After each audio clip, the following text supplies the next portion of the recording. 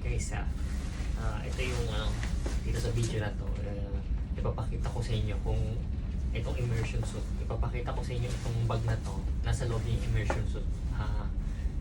Kung ano yung gamit niya at kung ano yung meron dito sa loob ng bag na to. Okay guys, buksan natin itong bag na to. Tingnan natin kung ano yung makikita natin dito sa loob. Ito sa lagay ng immersion suit.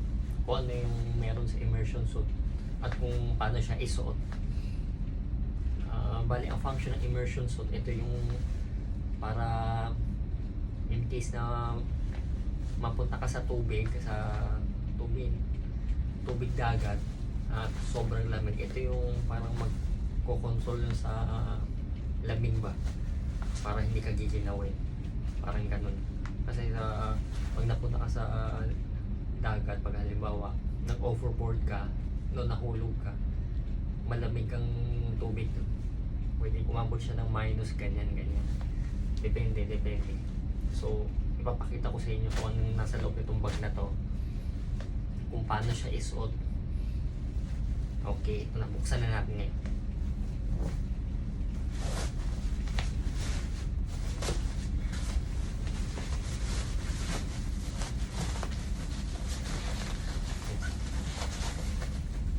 Ayan guys. Ayan.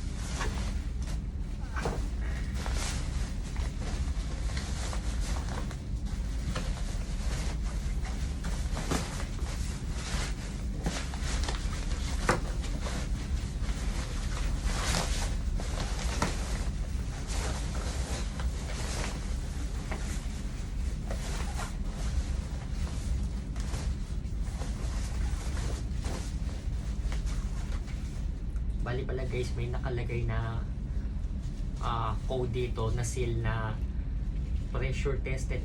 Ang pressure test niya ay nangyari noong July 2022 guys. Ito, may seal siya na na-check yung pressure niya. Okay.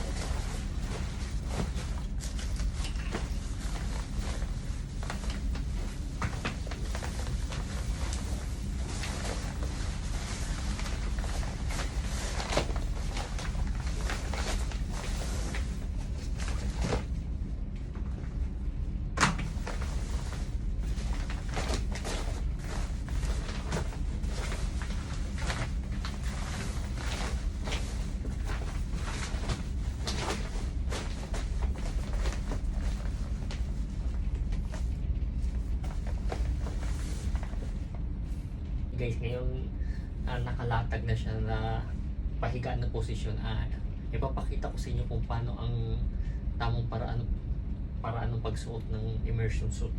Ayun, nakita niyo naman. Kailangan nakahiga siya. Pwede rin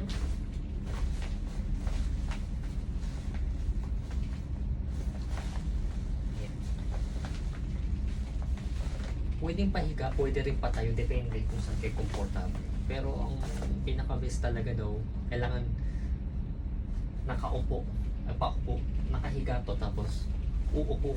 Yung posisyon mo kailangan nakapaupo ka. Ipapakita ko sa inyo kung paano. Ito, panoorin. Ayan.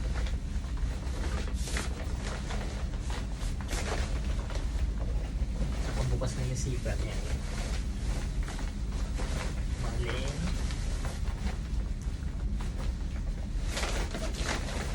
Subukan ko nang nakatayo guys. Medyo makapal.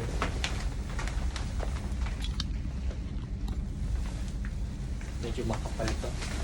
Subok natin. Ngayon ko kasi nabuksan itong immersion suit natin. Ngayon ko lang siya masusunod.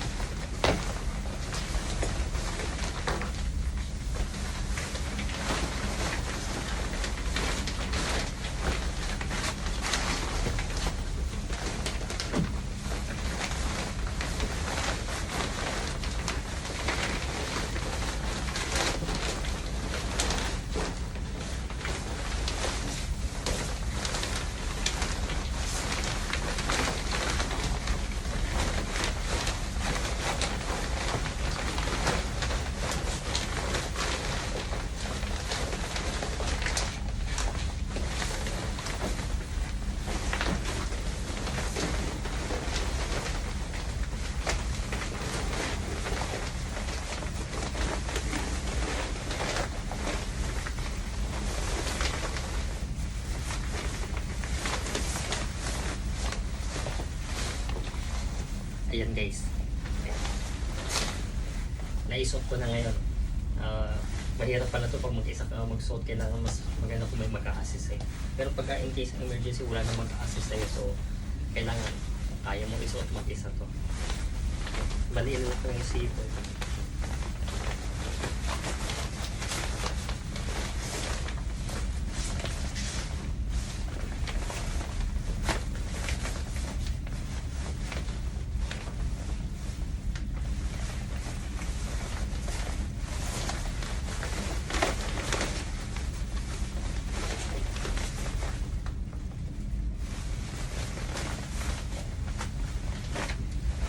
Hindi siya masara guys. So,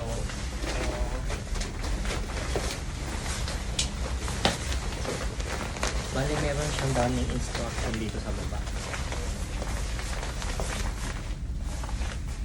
Kaya daming instruction is number 1 is remove shoes if possible.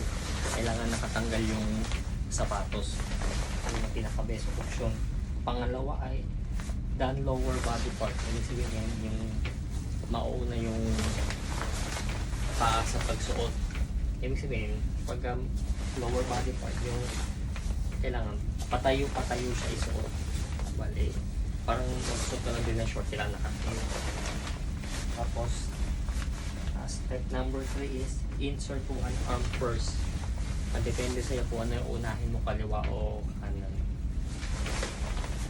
Tapos, step number 4 is put on the hood, fully close the zip, and squat to remove excess air.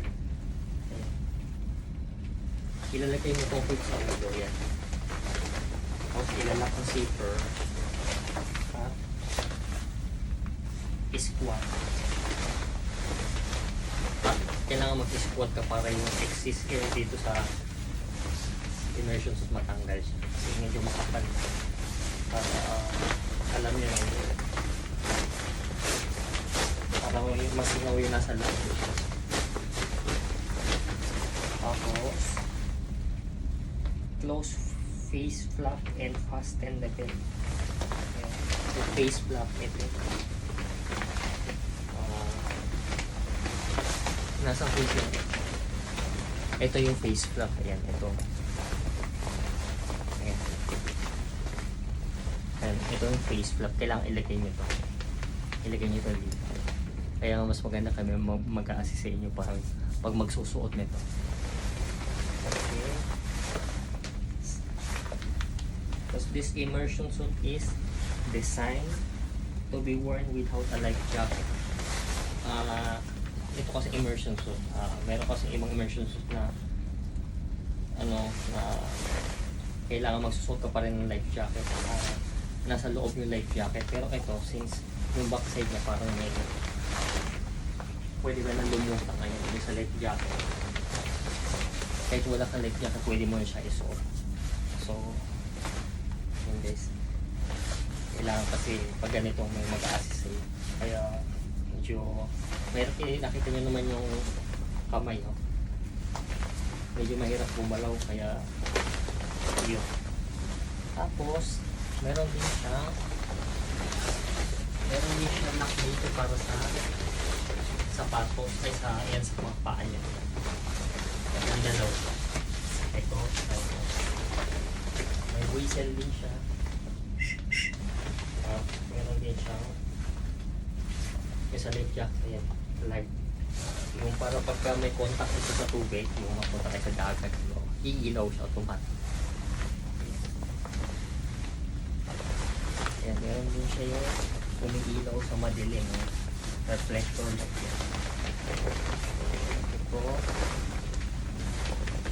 Ito yung belt talaga. Ayan, belt ang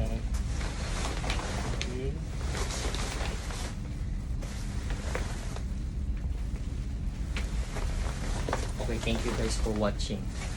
Okay guys, ito yung zipper niya guys. Medyo makapal siya. Kailangan mo ng puwersa para malak mo pagsuot. Ayan.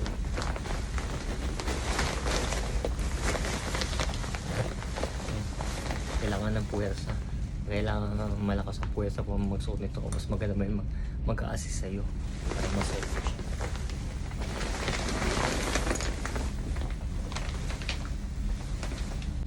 guys, dito sa lagay ng immersion suit, meron din siya nakalagay na yan, certificate niya yung EU Declaration of Conformity.